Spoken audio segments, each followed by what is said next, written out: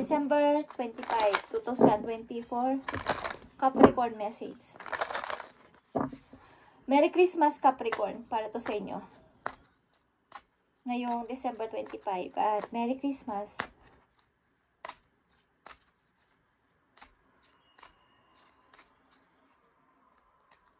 I need message for Capricorn. Okay, Capricorn, shower of abundance is here for you. To heal your financial situation, first give us your worries concerning money. We will guide you in order to show you how to create and accept abundance. As we work together, your financial situation will heal as fast as you allow. Okay. Capricorn.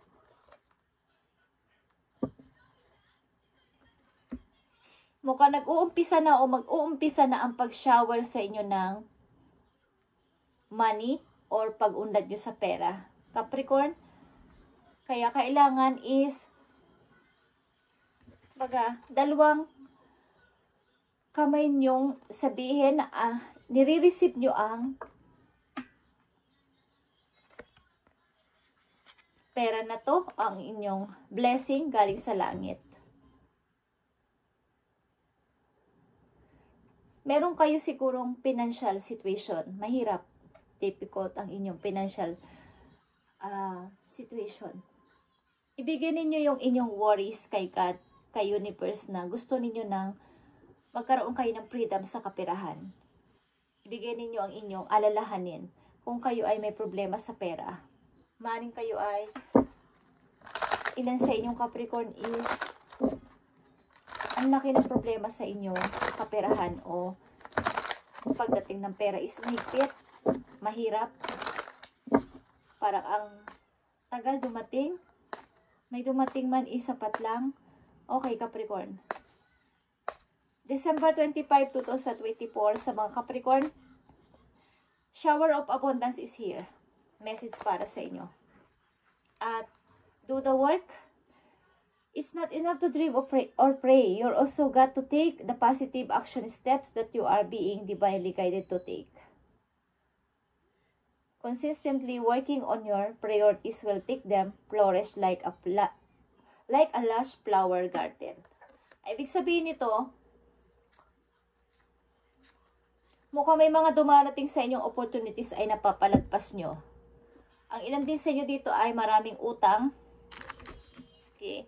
Mukhang may mga dumarating na opportunities, pinapaligtas nyo at sinasabi nyo next time na lang.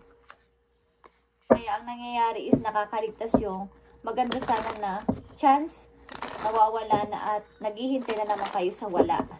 Hanggang sa nauubos na ang inyong ipon.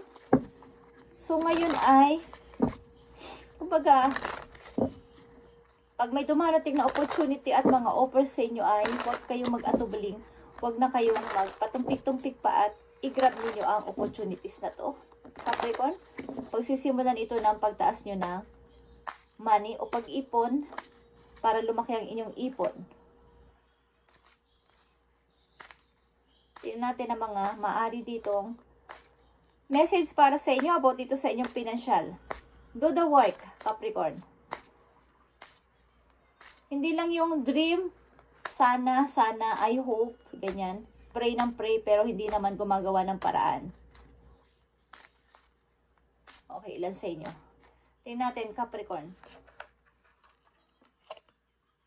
King of Swords. Kailangan ninyong maging matatag sa buhay. Makapag-isip ng diretso lang. Walang patumpik-tumpik, walang palingon-lingon. Kung may nag-o-offer, tanggapin nyo. Ace of Pentacles.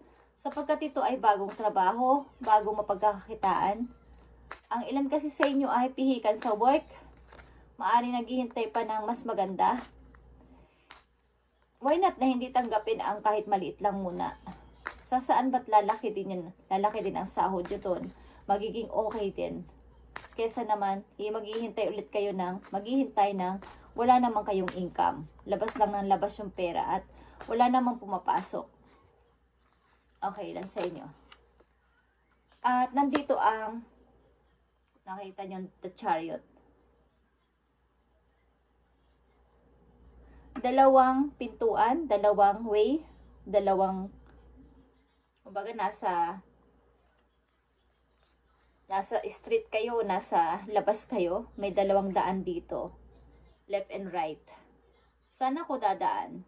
Dito sa left o sa right? Nakikita nyo doon sa kabila is napakaganda. Dito sa kabila wala kayong kasiguraduhan. Saan ko dapat piliin? Okay.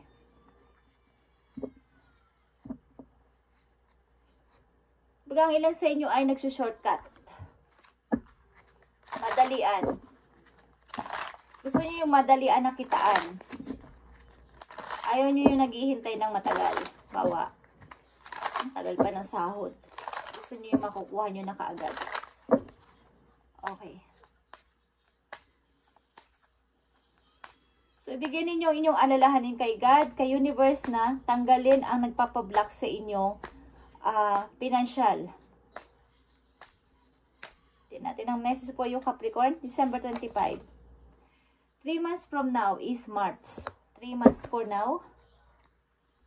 Mula yan March, but mag-i-start yan ng January. Ano ang message dito? 3 months from now. 3 months from now. Ano ang gusto mong sabihin sa mga Capricorn?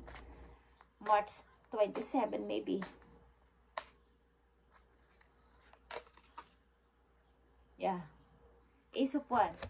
Mag-start ka na ng bago sa buhay mo.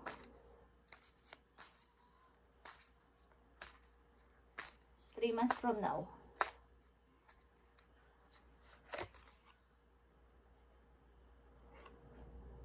Five of Cups. Tigilan na yung pagkukumbisi sa sarili mo na may i-fix ko pa to. Halimbawa sa isa yung trabaho is wala na talagang pag-asa mag-stay doon. Why nandun pa din kayo? Pwede namang mag-apply ng iba.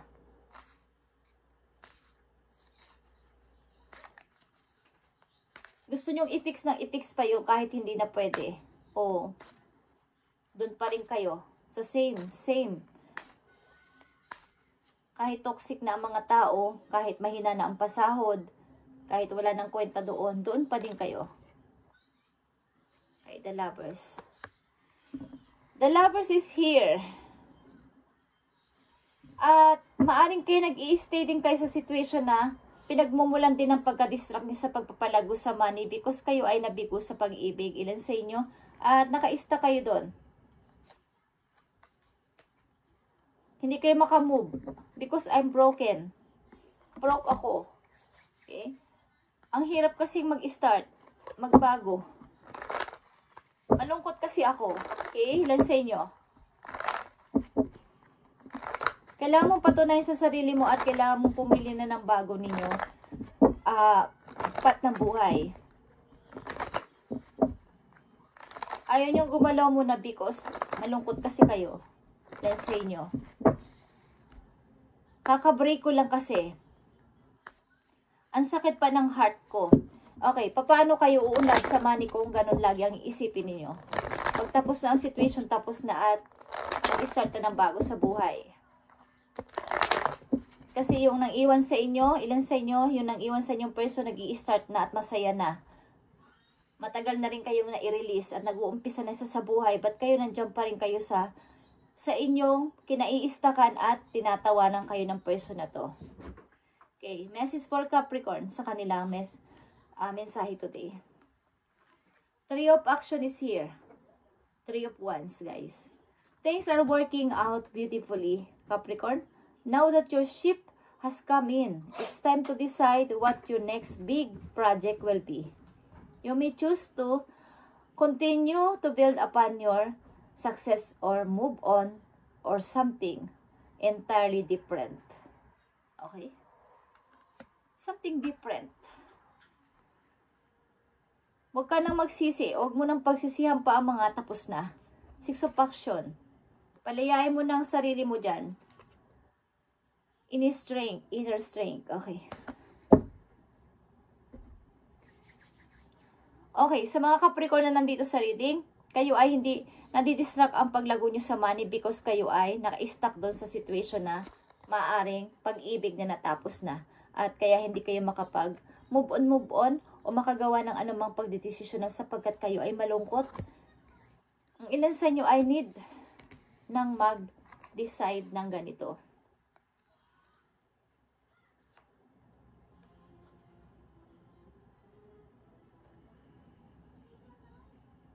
Kailangan ninyong paandarin yung inyong pagka-practical na simula sa araw na to. Capricorn, para ang shower ng blessing sa inyo, ang shower ng pera sa inyo ay napakadali lang. Shower of abundance is here. Kung ihihil mo yung iyong financial situation, something. May nagpapabigat sa inyong pag-aangat sa buhay because meron kayong mga hindi pa ma-move on sa inyong sarili. Nagsisimula sa pag-ibig. Iga-guide ka ng yung mga guidance, okay? Ni God, ni universe, ng yung mga angels.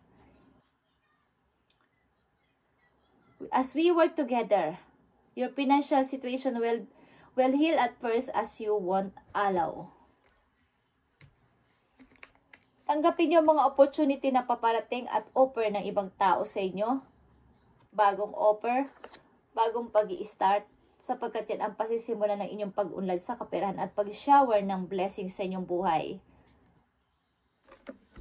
Kung nabigo kayo dati sa pag-ibig, at yan ang pinagmumula ng inyong pagka-stuck sa buhay, hanggang sa hindi na kayo nakakapagtrabaho ng maayos is, hindi na yun maganda guys, sapagkat ang yung partner na nang iwan sa'yo o iniwan mo ay, nag-i-start na ng bago at masayang-masaya na. Mas maganda ipakita mo sa kanya na kaya mo din at kaya mo din lumago sa sarili mo lalo na sa money. Yeah. King of Wands is here. Ito ay Aries energy. But this is you. Tuloy-tuloy ka dapat dahil isa kang provider. Capricorn. Six of Cups is here. Seven of Coins. Nagtatalo kasi ang pag-iisip mo punta sa future. Paglago sa money, nagtatalo at saka ang pag-ibig na to na parang nagbabalik-balik sa iyong isip o literal na nagbabalik sa iyong buhay. Panatilihin mong isipin ang kahihinat na ng iyong future, lalo na kung may kasama kang anak Capricorn at naghihintay ng iyong support hanggang siya ay makapag-aral, kailangan mo makapag-ipon ng money. Thank you and God bless Capricorn. Ito ang inyong message ngayon December 25 at Merry Christmas sa inyong lahat. Sa lahat ng Capricorn na nandito sa reading ay kayo ay magsikap ng makatayo at mag-move on ng tuloy-tuloy para ang shower ng pera sa inyo ay magaan lang sapagkat wala nang magdidistract sa inyong isip. Kung kayo ay piko sa pag-ibig ay tigilan nyo na to. Ang baso o tasa na nasira na, nabasag na, kahit buuin nyo pa, lagyan nyo ng tape, lagyan nyo ng glue, masisira at masisira pa din yan. So, ang gawin nyo, bumili kayo ng bagong glass. Okay, ibig sabihin, kailangan nyo makakilala ng bagong mga tao. Hindi man ito pag-ibig, but kailangan mga bagong makakasama nyo sa buhay. Okay, huwag nyo nang tumingin kayo sa naiwan at nandyan lang sa tabi ninyo. Thank you Capricorn at God bless.